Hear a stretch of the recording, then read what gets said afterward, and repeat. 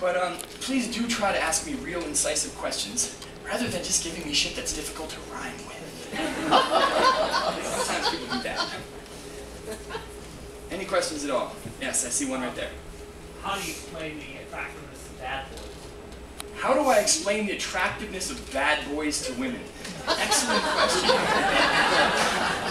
If women weren't attracted to bad boys, you'd hardly need an anthem to turn them away from them, would you?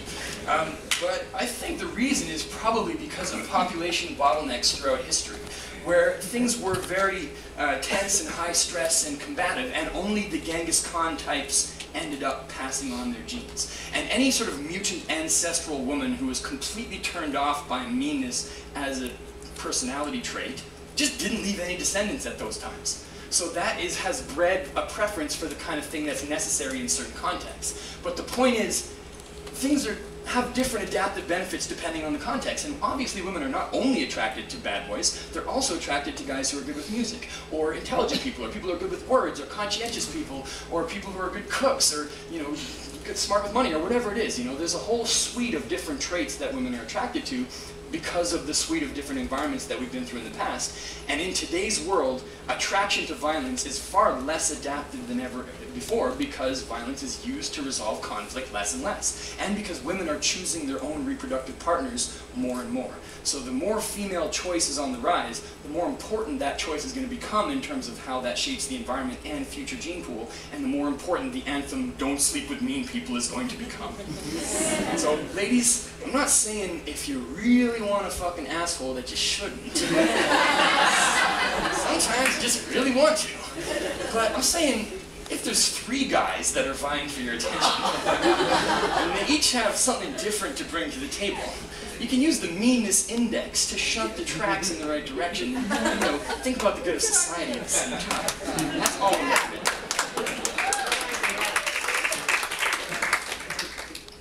Question 2. Yeah, right there. Are you taking the show to schools? And if so, what kind of reception from both the administration of the school and students? I take the show only to schools with highly open-minded administrators. No, up until now I have performed in about 30 or so different high schools, maybe 5 or 6 of them in the States, quite a few in the UK and Australia and Canada as well. And you know, it goes down well. I can scale it down. I don't have to say motherfucker in high school, it's not necessary. But the response is generally very good, and you know, after this off-Broadway run is finished, the next thing for 2012 is going to be to organize a national tour of the U.S. performing arts centers, colleges, and high schools. So if anybody knows an educator that might want to bring this to a school, get in touch with us after the show. And for now, we've developed this website that has educational music videos on it that are based on the show, kind of like a mashup between an Eminem music video and a David Attenborough nature documentary. The videos have the lyrics printed below, and the lyrics have hyperlinks to the information that they're based on, and definitions of the words, and links to other educational websites, National Geographic, and things like that. So, you know, if anybody's trying to learn about evolution from any dynamic, it's rapguide.com, and you can send them there, and then they'll find these music videos for free streaming. And I see question 3 right there. How long did it take you to develop the show? How long did it take to develop? Basically, I was given this as a challenge by a scientist called Mark Palin in England. He hit me with it in sort of September 2008. And he said, if you can write the show by February 12th, 2009, I'll book you to perform on Darwin's 200th birthday in Britain. And so I had about 5.5 months, and the majority of that time was spent reading my way through a series of popular science books. And then at one point I was like, oh shit, I've only got a month before the first show, better start writing the lyrics. And then the last month was when everything got put down. But that first version was only about 35 or 40 minutes long, and now it's about 1 hour and 25 or so. So that is all sort of new bits that have been improvised and accumulated in over the course of performing it over the last couple of years. So, you know, how long it took to write? Well, every moment from 2008 September up until now. But how long it took to write the first version was only about a month. Thank you for your questions, everyone.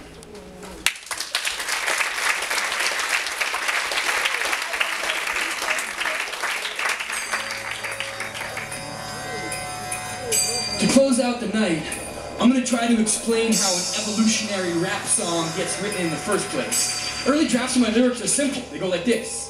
Yo, yo, the origin of species ain't no feces, dog, believe me. What? 'Cause That's all I can think of. So then I'm like, oh my god, these lyrics need to be rewritten. And sometimes people ask me, okay, well, how does your show get written? Like this: performance, feedback, revision. And how do I generally develop my lyricism? Like this: performance, feedback, revision. And how do human beings ever learn to do anything?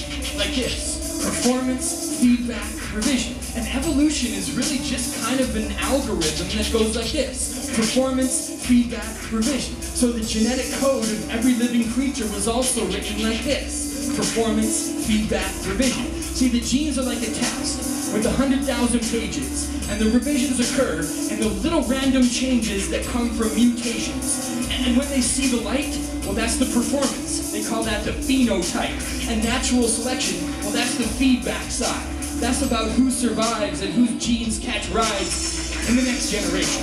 Yes, what I'm saying is that a rap performance like this is the best illustration for the way that Darwin's descent with modification works. Because the performance is necessary to change the words, to decide which have an impact, and which to send back to the drawing board. In fact, I just did that when you guys failed to react. Because any line can change, and the mutations occur when I improvise on stage. Because up until this moment, everything I said was off the page. But now it's time for me to switch it up. I'll do a freestyle section. I'll try to keep it really specific so I can beat your cheater detection. Alright, yeah. This is what my freestyle's looking like. Third question was how long the show took me to write. Yeah, it's okay. I'll battle any opponent. In fact, I'm still writing the show in this very moment, right? These are improvised rhymes. I'm just trying to hypnotize eyes, even eyes that are looking at me very respectable. It's cool that everybody in the front row practically pretty much has spectacles. See, yeah, it's because I only attract the intellectuals. But sometimes, it's dumb shit I do. And sometimes my show attracts the young kids too. I really hate rapping about sex and violence to 8-year-olds, but it's okay because everything I said was educational. Yeah, the mom took her to see the scientific ice cube. This is not the kind of stuff you would see in your high school, because you're not in high school yet. These are elementary kids. This is me freestyling. That's elementary shit. It's how the show gets written. But even if I make a little mistake over the rhythm, that's okay. That's how I introduce randomness into the system, right? This is the way that I spit it. It's like neurological genius. I think high schools do need a lower index of meanness, right? Maybe that's the way that I should kick raps. It's one of those places where Don't Sleep With Mean People could have an impact. Because that's where the bad boys get a little bit too much play. Man, that's the way it was for me as a kid anyway. Mean dudes being like, dude, you fucking gay. But that's alright though. Because as you get old, the girls appreciate brains more and more. That's how the story is told. Yeah, these are freestyles to make the people freak out. I'm taking it everything from high schools to Darwin to screech owls, or any different animal that you find in the natural world. Rapping for the boys and girls, how the stories unfurl. Fuck it, I'll even rap for the squirrels. This is my concept. This is my system. It goes like this: performance, feedback, revision. You guys want to know about evolution? This here is the definition. It's simple. It goes performance, feedback, revision. And anybody here can use this concept to learn how to do anything. So memorize it. Performance, feedback, revision. Say it with me. Performance, feedback, revision. One more time. Performance, feedback, revision. You got it.